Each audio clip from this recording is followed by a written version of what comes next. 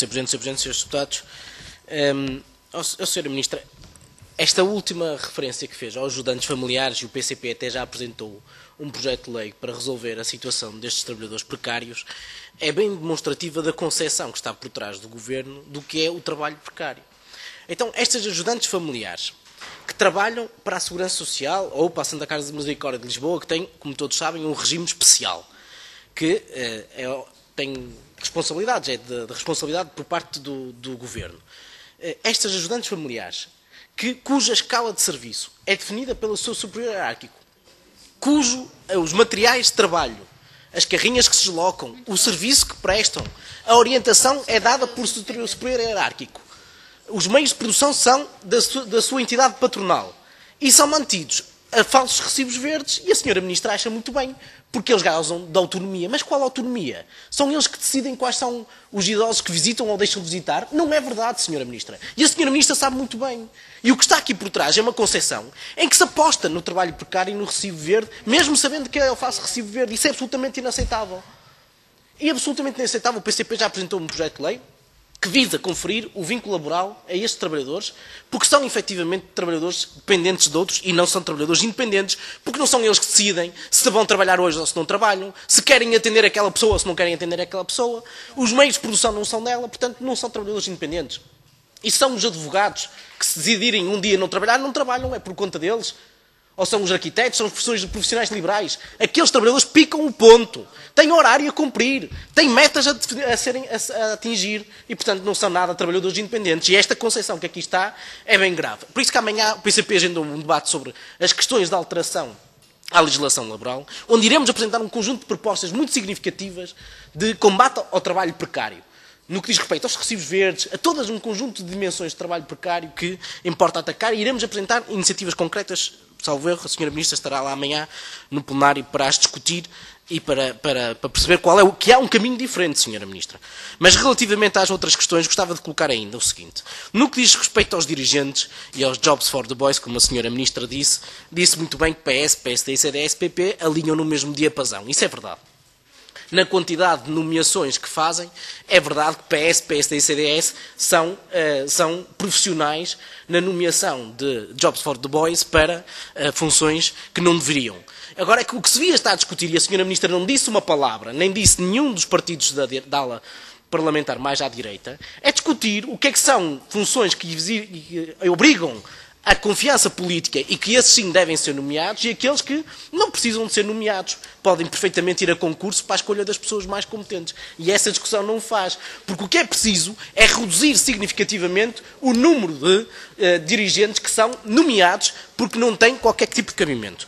Dar uma referência aqui relativamente à qualidade dos serviços e ao empenho dos trabalhadores. Sra. Ministra, nós não aceitamos que coloque em causa a valorização que o PCP faz dos trabalhadores da Segurança Social.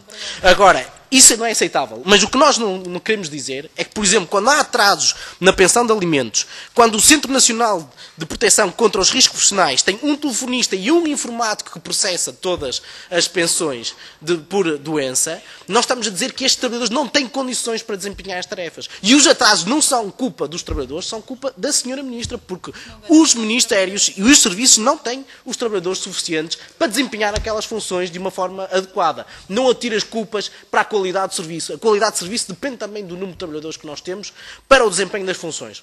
E o que nós assistimos é claramente a um esvaziamento dos quadros e quadros técnicos que é absolutamente inaceitável e está a colocar uma situação de ruptura. Desemprego. Voltamos a assistir a um número do Sr. Secretário de Estado, de comparação com meses anteriores, em que o gráfico apenas mostrava um ano, não mostrava o ano anterior, por exemplo, e era importante comparar com o ano anterior a evolução do desemprego, e faz uma outra coisa, confunde deliberadamente aquilo que são os desempregados inscritos nos centros de emprego e formação profissional, que é uma coisa. E, por exemplo, em dezembro de 2010 desapareceram 49.284 trabalhadores que não foram colocados, desapareceram dos ficheiros. E por isso é que dá aqueles números que não têm absolutamente credibilidade nenhuma, mas já não comenta, por exemplo, aquilo que é os dados do INE. E os dados do INE o que dizem é que o desemprego não para de subir no nosso país. E o Governo pretende dizer que o pior já passou. Desresponsabilizar. Como é que é possível ter um discurso de tal maneira desresponsabilizante relativamente à situação, dizer que o pior já passou, o cenário já está a melhorar, daqui para a frente é só maravilhas. Andam a dizer isto desde dezembro de 2009, Sra. Ministra. E o desemprego não para de subir no nosso país. O que é que responde a esta matéria? Que medidas? Como é que o Governo diz que está a melhorar a situação, mas os dados comprovam exatamente o contrário? Que medidas é que vai tomar de uma vez por todas para resolver um dos principais problemas que o nosso país enfrenta? No que diz respeito ao pacote da legislação laboral que está em cima da mesa, importa dizer que o FMI já propunha estas medidas. Assumiu, a escolha é do Governo. Muito bem, responsabiliza o Governo. Mas o FMI deu orientação clara para reduzir as indenizações e para a contratação a nível das empresas. E sobre... Nem precisou cá entrar, como disse a minha camarada Rita Ratti, muito bem. É que, efetivamente, as orientações vêm de cima. E vêm do FMI no que diz respeito a esta matéria. Dizer o seguinte, a contratação a nível das empresas não é uma questão de minoridade relativamente às comissões de trabalhadores, Sr. Ministro. É que nós sabemos que, no que diz respeito à contratação coletiva, o Governo, o patronato, falhou com as negociações com os sindicatos. Os sindicatos resistiram à ofensiva e conseguiram manter os direitos dos trabalhadores. Não foram tão longe quanto o Governo e o patronato queriam, no que diz respeito à cedência dos direitos, por exemplo, no horário de trabalho, na flexibilização dos motivos da organização de trabalho, etc. O que agora quer-se fazer, Sra. Ministra, é atirar para as comissões de trabalhadores, porque sabem que são mais frágeis do ponto de vista da sua organização, do seu poder de negociação, para conseguir aquilo que não conseguiram em sede de negociação com os sindicatos. E isso é que é absolutamente inaceitável. Muito obrigado.